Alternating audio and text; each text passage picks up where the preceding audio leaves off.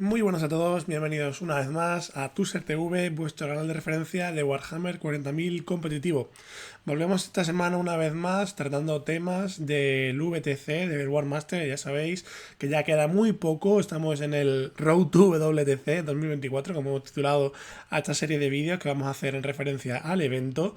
Quedan ya tan solo 2 semanas, ya el lunes que viene salimos Dani y yo desde aquí, vamos a participar en el War Master GT, el torneo individual que ocurre justo antes del VTC, ocurre durante la misma semana en el mismo sitio, allí en Malinas, Bélgica, y ha congregado ahora en total a más de 500 jugadores de todas partes del mundo, de Australia, de Alemania, de Estados Unidos, incluso de Sudáfrica, de China, de Surcorea, igual que el VTC, ya que muchos participantes de los torneos por equipo aprovechan, sobre todo cuando vienen de muy lejos o cuando vienen de muy cerca, como puede ser Francia, Alemania, Suiza, y vienen la semana entera y juegan también el individual.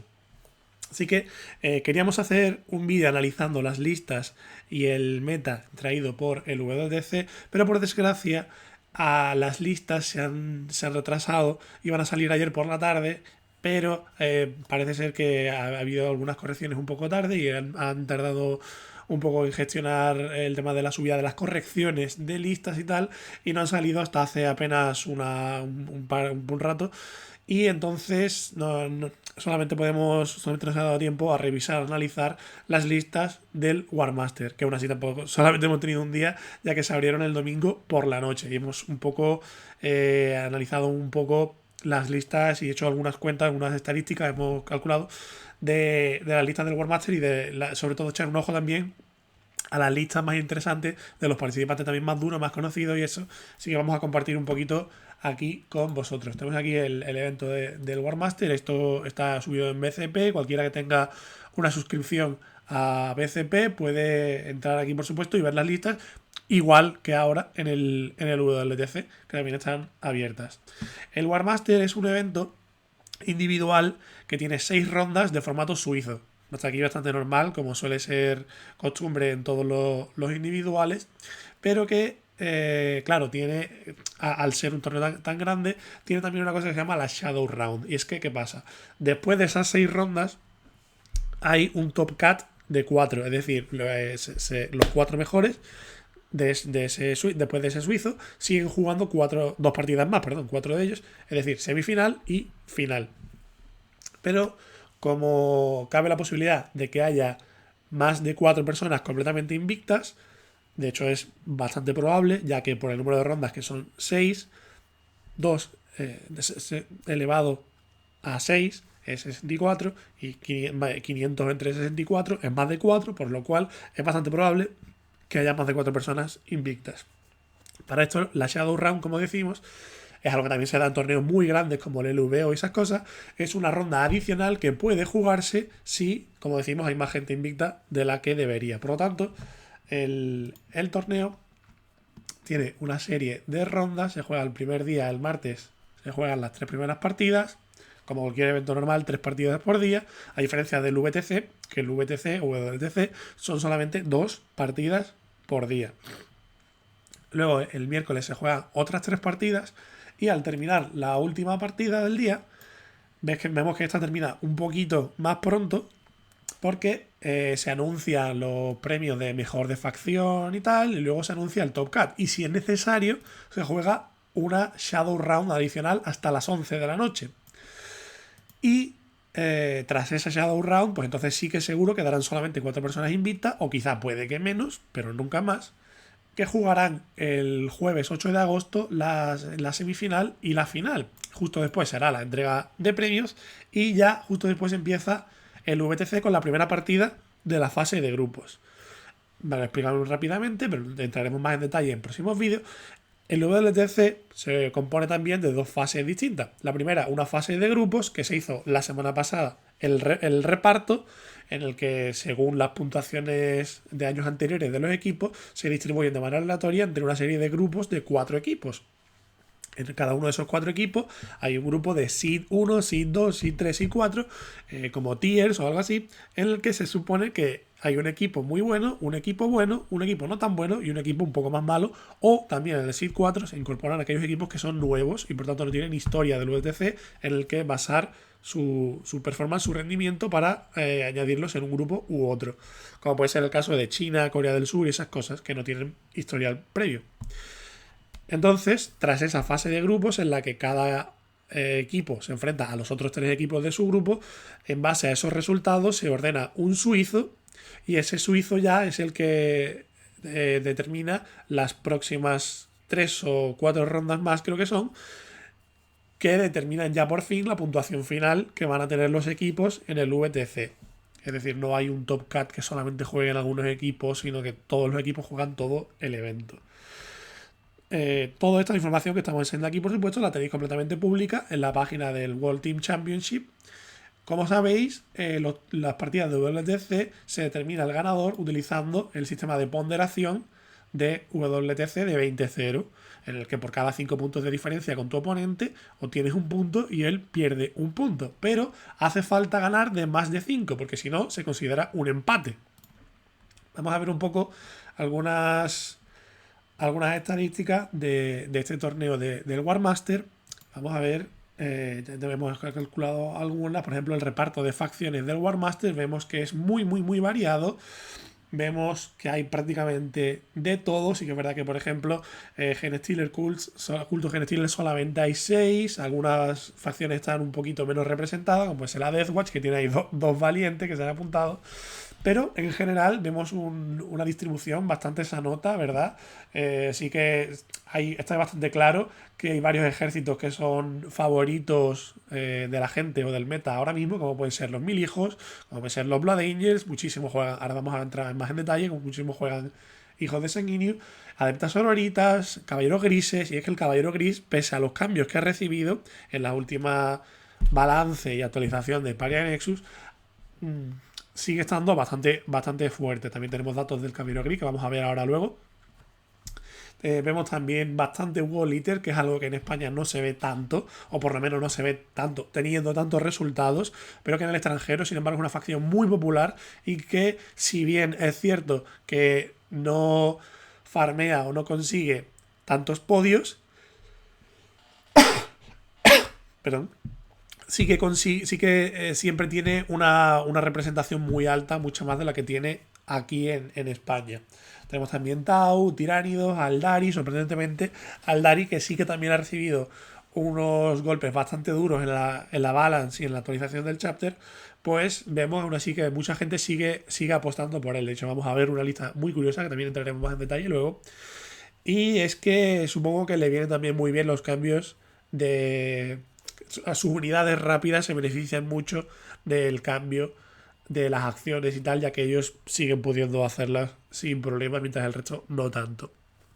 Sorprende, por ejemplo, un poco las ligas de Botan con 22 participantes, que es un ejército que realmente no ha destacado en ningún momento en 10ª edición, ni siquiera cuando recibieron ese bufo adicional de cuando le cambiaron la regla de destacamento, de que al principio de la partida elegía 4 unidades para ponerle 2 tokens y recibía 3 CP la primera vez que mataba uno de ellos y esas cosas. En ese momento parece que tuvo un poquito más de popularidad, pero es verdad que no se ha visto mucho más. El Chaos Knight, que ha tenido un poco el mismo problema que el Wall Eater, es verdad que es una facción que siempre ha estado ahí, digamos, en media tabla, ha sido lo que se llama normalmente una facción gatekeeper, que es una facción que hace a la gente perder partidas, no a los que lo llevan, sino a los otros, pero que luego es verdad que le ha costado sacar resultados de ganar torneos, básicamente. Es una facción que está un poco ahí veremos también que hay bastante innovación con él dentro de lo que cabe. Por supuesto, con la facción, por ejemplo, mucha gente ha apostado por el Atropos. Parece ser una opción que ha tomado la gente ahora. Quizá creemos que es como respuesta a una tech a la posible inclusión de Canis Rex en varias listas imperiales. Tenemos aquí lo mismo representado también en un gráfico así de disco, de quesito, ¿no? Como se le llama normalmente. Vemos lo mismo, una distribución muy equilibrada. En esta distribución en concreto apenas se nota que haya facciones que sobresalgan mucho por encima del resto, y de hecho las que sobresalen tampoco sobresalen tanto. Las más populares, Thousand Sons y Blood Angels, apenas salen un 4% más que otras como Chaos Knights, Chaos Space Marine, Demonios del Caos, que también han sido un poco una sorpresa. Nosotros, por ejemplo, apostábamos más por ver más caballeros imperiales, sin embargo tampoco ha habido tantos, ni siquiera en el individual, y tampoco, de hecho, menos todavía en lo que es el VTC, por lo que hemos podido ver el poco rato que han estado las listas ya afuera. Y bueno, está muy bien que esté todo tan distribuido, pero vamos a ver luego, después del evento, si esto se traduce de verdad en una distribución también tan equitativa en el ranking final, porque si no, bueno. Una cosa curiosa antes de pasar de aquí es que dentro de, digamos, hemos evaluado un poco en base a su elo, su ranking ITC, y cuando esto no ha sido posible, pues por ejemplo en base a buscar sus resultados de torneos en cosas como en sitios como en Gunhammer, en Reddit, todas esas cosas, digamos, una especie de rendimiento de algunos jugadores para seguir el rastro, para saber de qué jugadores que convendría estar pendientes y tal. Hemos hecho un pequeño compendio, una pequeña lista de jugadores, sobre todo estrella, a los que estar pendientes en este Warmaster. Y resulta muy curioso que ninguno de ellos lleva adeptas honoritas. Y de hecho, ahora mismo hablo de memoria, pero juraría que ninguno lleva tampoco Blood Angel de esos jugadores top que hemos recabado, ya que Ines Wilson, que es el capitán de Escocia, como sabéis, y uno de los jugadores muy conocidos por jugar también Blood Angels, y que lleva de hecho desde enero casi jugando esta lista de hijos de Sanguinius, no lleva Blood Angels. De hecho, se ha pasado a jugar Dark Angels Gladius. Así que no hay ninguno en ese top. Y de 1000 hijos, incluso creo que solamente Jeremy Atkinson, el vicecapitán de Team Canadá, lleva 1000 hijos. El resto llevan otras cosas, ni siquiera grises. Llevan otras cosas como Tau, como digo, Dark Angels, Custodes, ese tipo de cosas. Así que bueno, vamos a ver cómo se porta eso luego. Vamos con algunas estadísticas de estas facciones así más populares, como puede ser, por ejemplo, la de Blood Angels, que ha sido quizá un poco la facción más sorpresa en cuanto a popularidad este Warmaster, y también en el VTC, por lo poco que hemos visto, casi todos los equipos llevan un Blood Angel. La apabullante mayoría de las listas juegan el destacamento de hijos de Sanguinius, que ya sabéis que en enero recibió un cambio por el que le cambiaban la regla de destacamento de más un ataque, más una fuerza cuando cargan, a más un ataque y más 2 de fuerza. Claro, esto hacía que armas como los puños de combate pasasen de fuerza 8 o fuerza 9 a fuerza 10, que ya es un cambio bastante importante, es un hit point, un break point bastante alto para tumbar armiguers y vehículos más resistentes que normalmente se quedaban, era muy complicado tradear con ellos. Y también incluso, por ejemplo, lo vemos ahora en las unidades, para las unidades de veteranos de vanguardia también la fuerza extra y todo eso ha venido muy bien. De hecho, se ve mucho ahora mismo. De hecho, incluso la tendencia ha casi pasado un poco. Originalmente esta lista se jugaba con intercesores de asalto a pata, capitanes, Land Rider y esas cosas, y solamente una unidad de Death Company en retro, o un par con mucho, ese tipo de cosas.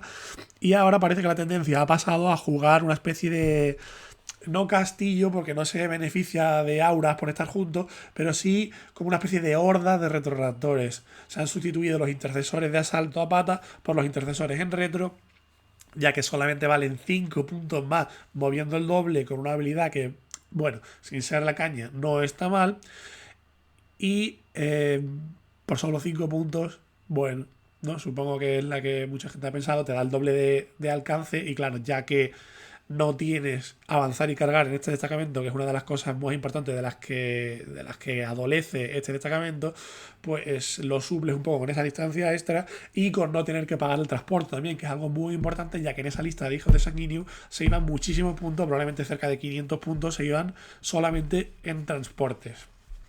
Así que parece que eso es un poco la nueva tendencia, a llevar 2 o 3 unidades de intercesores de asalto en retro, la unidad de Death Company con la Marte omnipresente, unidades de veteranos de vanguardia con escudos, con sarrote sanguinario, vemos por aquí.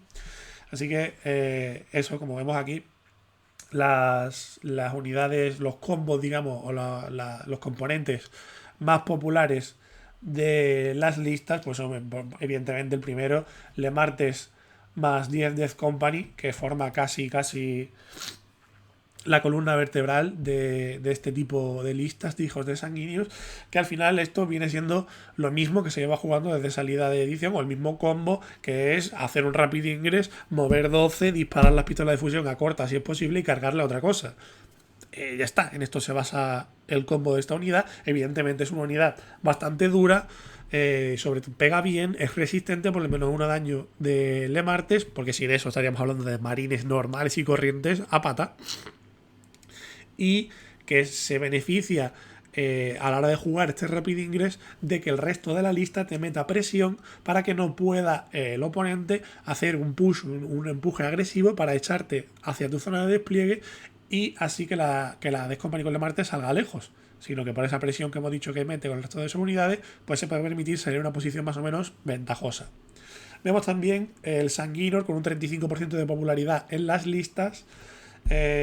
Es verdad que se está empezando a ver más, pero sin duda hay mucha gente a la que no le convence. A mí el primero, la verdad, porque creo que tiene algunas carencias también notables, como el hecho de que en el sistema WTC no puede salir en turno 3, ya que si nosotros empezamos la partida, ronda 1 evidentemente no puede salir porque ha empezado la partida fuera, ronda 2 el primer turno nuestro no va a salir porque lo queremos para hacer una intervención al turno del otro.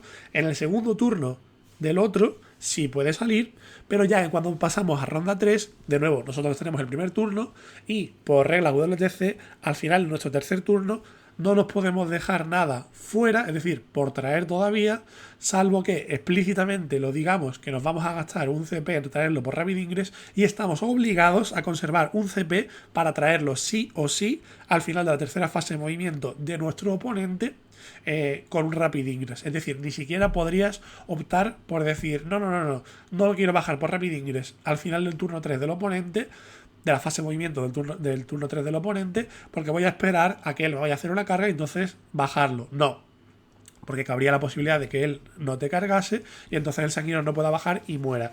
Y eso en el LTC no está permitido hacerlo. Entonces, como digo, si vamos primero, directamente solo hay un turno de la partida que lo podemos bajar con su habilidad. Bueno, guardia sanguinaria, perdón, vemos que empieza a hacerse un poco hueco, una unidad que por algún motivo salió hiper mega cara de salida de 10ª edición, la han bajado un poco, pero es curioso que se empieza a ver ahora cuando no ha tenido esta unidad ningún cambio en el Paria Nexus y se está viendo tanto aquí en unas cantidades más o menos proporcionales a lo que se está viendo también en el VTC. Por lo que hemos visto, creo que hay unas 5 listas, he contado así de manera rápida, en el VTC que llevan guardia sanguinaria, entre ellos por ejemplo la de Manichima, que lleva 20 unidades, 20 tíos de guardia sanguinaria en 10-5-5, una de ellas con Dante y las otras dos de 5 sueltas.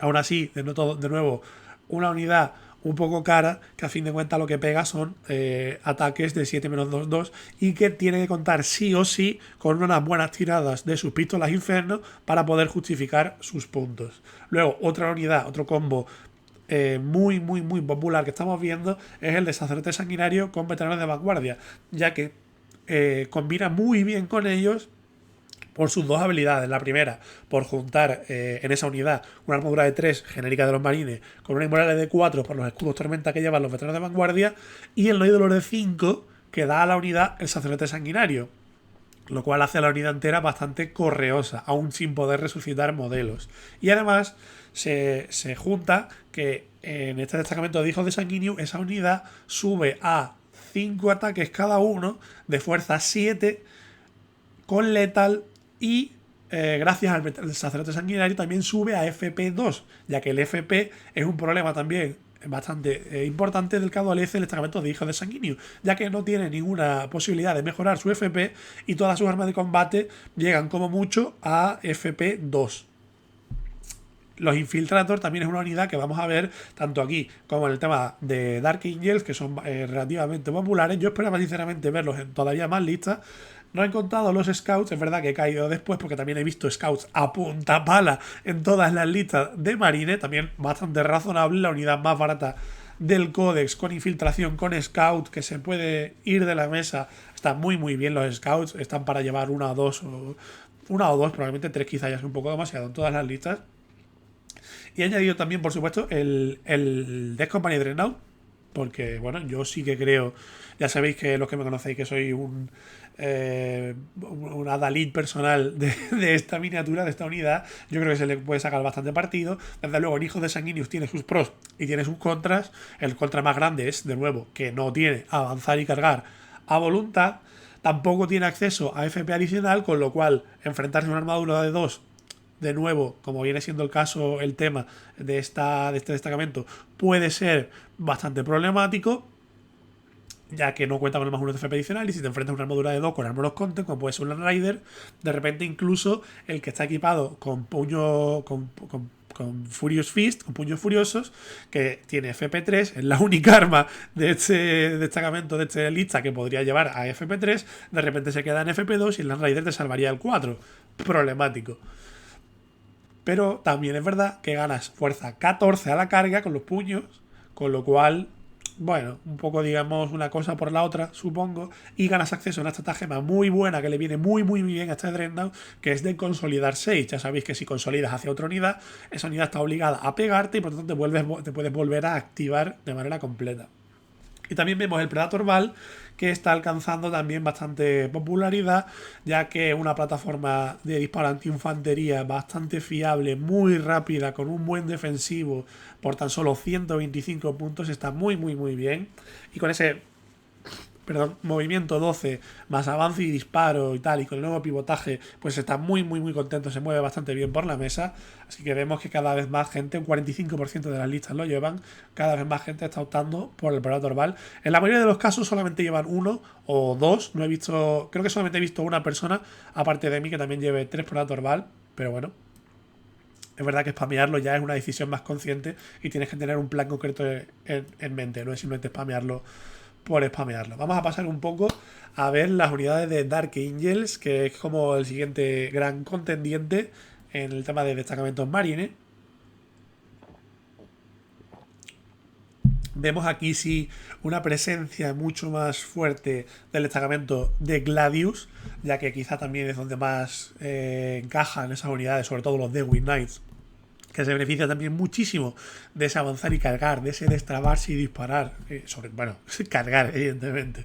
Y vemos ahí cómo asoman tímidamente algunos valientes que se deciden a probar Círculo Interior y Stormlands, solamente uno, pero bueno, ole él. Vemos una absoluta dominancia aquí sí de Azrael y de los Deathwing Knights, claramente las unidades estrella de este capítulo. Azrael es un tío que no se le puede pedir más. No sé si vale 105 o 110 puntos por ahí. Y morales de 4 tanto a él como a su unidad. No hay dolor de 4 contra mortales una vez por partida a su unidad. Sostenido, un CP. El tío pega bien, dispara bien. Tiene también bastantes heridas. Creo que tiene 6 heridas de armada del 2. Es un hacha el tío. Vamos, siempre en mi equipo. Yo cada vez que quería una lista de Dark Angels empezaría por Azrael, por supuesto. Y por mínimo 10 de Wing Knights. Y ya los últimos 5, pues dependiendo exactamente, pero Azrael y 10 de Wing Knights van seguro. Y de hecho, aquí lo demuestran las estadísticas, que creo que solamente hay una lista de cada uno que no lleva uno de ellos. Vemos también cómo empieza a asomar la cabeza un poco el león, solamente un poquito, y de todos modos en algunas listas un poco que parecen no tan afiladas, pero bueno, es verdad que quizás se ha quedado un poco ahí todavía. Más o menos comparte ahora rango de precios con los Zetanes, ese tipo de unidades, los avatares. Pero claro, aún así, seguimos comparando a Lion o a Gilliman con un Zetano, con un avatar, y se siguen quedando atrás, la verdad. Incluso con la posibilidad de moverse a través de paredes, tampoco mueven tanto ni Lion ni Gilliman, mueven solamente 8, como para que tampoco esto sea increíble, y tampoco pegan tan duro y tampoco aguantan tanto. Ahora que Lion ha perdido el menos una herida, que solamente tiene R9 y tienen poquitas heridas, tiene solamente 9 o 10, sin no hay dolor, sin reducción de daño. Bueno, vemos también cómo se ha, parece, sustituido un poco el rol del Land Raider Redeemer por el Repulsor, combinado probablemente por una parte con la bajada del Repulsor y la subida del Land Raider, además de el aumento a 12 capacidad de transporte del Repulsor, que permite, como ya sabemos, perdona, a 12 no, a 14, como ya sabemos, transportar la unidad de 6 armaduras Gravis con personaje. Los agresores con Apotecario Biologis o los erradicadores. Que vemos que el Apotecario Biologis, hablando de él, sigue siendo también una de las opciones más populares en Gladius. Evidentemente es la mejora de Fire Discipline es casi una de las razones pilares por las que alguien juega Gladius. Aparte de que las doctrinas son muy buenas, pero es que en Fire Discipline potencia tanto, sube tanto el techo de daño potencial de una unidad que es muy complicado justificar jugar Gladius y no jugar el Fire Discipline. Y además el apotecario es un buen taxi para él, aunque hemos visto también algunos casos concretos menos y más raros, pero bueno, que existe también en lo que la gente lo lleva en un teniente o en un judicial, pero bueno, desde luego los menos. Y de nuevo también vemos una presencia no apabullante, pero sí importante también de los Infiltrator, una herramienta que sirve mucho para muchas cosas en el Codex Marine y que en el peor de los casos, bueno, digamos que puedes decir que son unos scouts o unos intercesorios un poco más caros, pero la verdad son diferencia de noche y día cuando de verdad te hacen falta, no tanto que también cuando el oponente tiene Deep Strike normales, sino sobre todo cuando el oponente juega algo como demonios, Venatari, Inceptores, ese tipo de cosas. La diferencia es brutal entre tenerlos y no tenerlos, de poder decir, esta zona, este cuadrante de la mesa es mi zona segura y no puedes interactuar con él. Eso se nota muchísimo y vemos que hay bastante gente que lo valora también. Vamos a ver también un poquito, a ver si vamos más rápido, que me estoy entendiendo mucho, por supuesto, en lo que más conozco. Un pequeño desglose que hemos hecho de los destacamentos Tau. Por desgracia, como decimos, hemos estado esperando las listas del VTC y además las listas del Warmaster tan solo las tenemos desde hace un día. Entonces no hemos podido tampoco entrar a detallar exactamente, por ejemplo, hacer un detalle parecido con las unidades de Tau. Pero sí que hemos contado, sí que hemos visto un poco ese desglose de destacamentos. Vemos que evidentemente el destacamento de Krut se ha quedado muy atrás, no solo porque es de partida, tampoco parecía el más competitivo, sino porque encima ha recibido varios palos en forma de cambios a cómo se tiran las estratagemas con los Cruz Shaper y los Flesh Shaper y esas cosas. La estratagema de volver a traer Cruz de vuelta, que como sabéis, igual que la de guardia, ya solo se puede utilizar una vez por partida, ese tipo de cosas. Y vemos que sin duda el más popular es Kauyon, con casi la mitad de jugadores del Warmaster jugando Kauyon, y esta distribución más o menos es parecida a la que podemos ver en el VTC, por lo poco que hemos podido ver, sin Cruz Hunting Pack, pero bueno, algunos todavía siguen probando el nuevo Monka, que parecía ser la nueva apuesta tras la salida del Codex, pero casi todo el mundo que juega Monka juega unidades como los Hammerhead con iónicos, ese tipo de cosas, y las unidades y la gente que juega Kauyon por lo normal suele llevar Skyrise, ese tipo de cosas donde los impactos adicionales son más valiosos, ya que el Skyrise, como sabemos, hace solamente 3 tiros a diferencia de un D6 más 3 del Hammerhead, pero esos tiros son mucho más valiosos, ya que son 12 menos 3, un D6 más 1, creo recordar. Son tiros de cañón láser, básicamente. Y algunos pues se aventuran con el destacamento de Retaliation Cadre, muchas veces con Farsight, muchas crisis, como le pega a este destacamento, evidentemente, y ese tipo de cosas. Veremos a ver luego esto cómo se refleja de nuevo en los resultados el del Warmaster. Y por último, un desglose también de las unidades de Grey Knights. Nos hemos centrado en las dos más icónicas de las listas de grises que se han estado jugando, que son los Librarian y los Dread Knights. Veremos aquí un conteo de izquierda a derecha cuánto de cada llevan las listas. Vemos que, por ejemplo, los bibliotecarios, evidentemente no se pueden llevar 4 bibliotecarios porque el top es 3, pero vemos que la inmensa mayoría de la gente opta o por no llevar ninguno o por llevar 2. Parece que esos son como los dos sweet spots, ¿no? O llevas 2 o no llevas ninguno. Y un poco lo que parece que casi todo el mundo está de acuerdo es que llevar 1 es un poco la peor opción. Y hay algunos que todavía se aventuran a llevar 3. Pero claro, el problema de llevar 3, por lo que es menos popular que llevar 2 o ninguno, es porque tienes que pagarles escoltas, como ya sabemos. Y las escoltas de Termis son bastante caras. Y si no les pagas escoltas, pues siempre te cabe la posibilidad de sacar un 1 en la habilidad del rayo psíquico del Vortex of Doom, y como no está liderando ninguna unidad, no tiene acceso a su no dolor contra mortales y a ese ataque psíquico, y por tanto con un 5 más se te puede morir.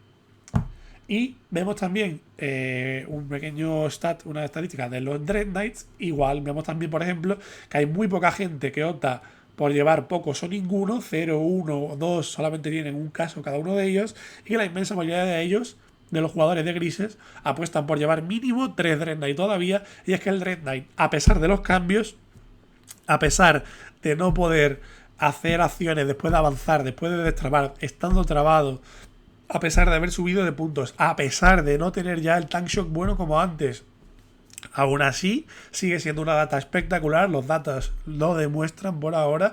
De nuevo, veremos a ver si esto se corresponde después con los resultados, pero los datos están ahí. Desde luego la gente sigue apostando por el Dread Knight, incluso casos en los que la gente sigue llevando 6 Dread Knights, es decir, los 3 Dread Knights normales más los 3 Dread Knights Grandmaster y alguna combinación de ellos, pero sobre todo casi todo el mundo llevaba mínimo los 3 Dread Knights normales.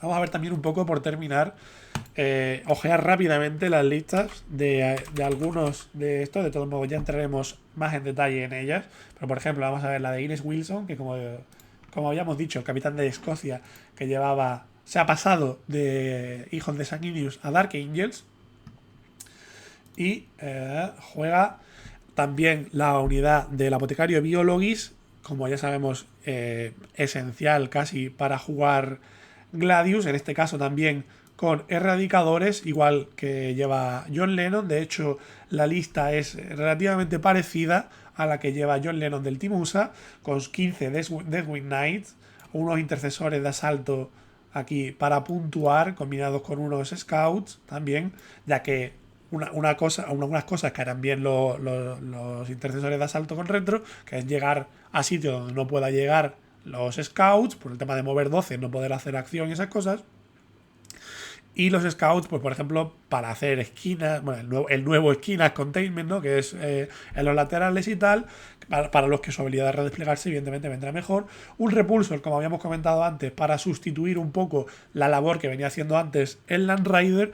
En mi opinión, yo creo que el Repulsor es razonable que cueste 100 puntos menos que el Repulsor Redentor, porque el disparo es muchísimo peor y pasar de salvar del 2 al 3 también es una diferencia notable.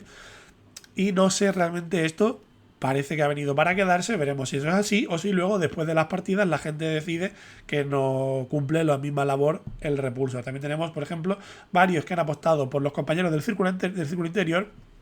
Ahora mismo, francamente, para jugarlos con Azrael son una unidad muy buena por su invulnerable D4 que le da Azrael, con lo cual los equipara perfectamente con unos Blade Ward, pero mejorados, porque tienen un punto más de fuerza, tienen -1 impactar por tener un personaje dentro, tienen también letal y ataque de barrido, y ese letal combina muy bien con el sostenido que le da también Azrael, por lo cual, hombre, pueden razonablemente pegarse con unidades más caras que ellos, si se dan las condiciones apropiadas, por supuesto. Como por ejemplo, si le pueden cargar a no lo sé, algún monstruo grande o algo así, con concretamente en Gladius, con la doctrina de asalto, el +1 herir, +1 FP, ya se pone, además creo que son 4 ataques cada uno, se ponen 24 ataques con letal y sostenido, de 6 -3, 2, con +1 herir, probablemente con Azov Moment, si es un personaje tiene +1 impactar, o sea,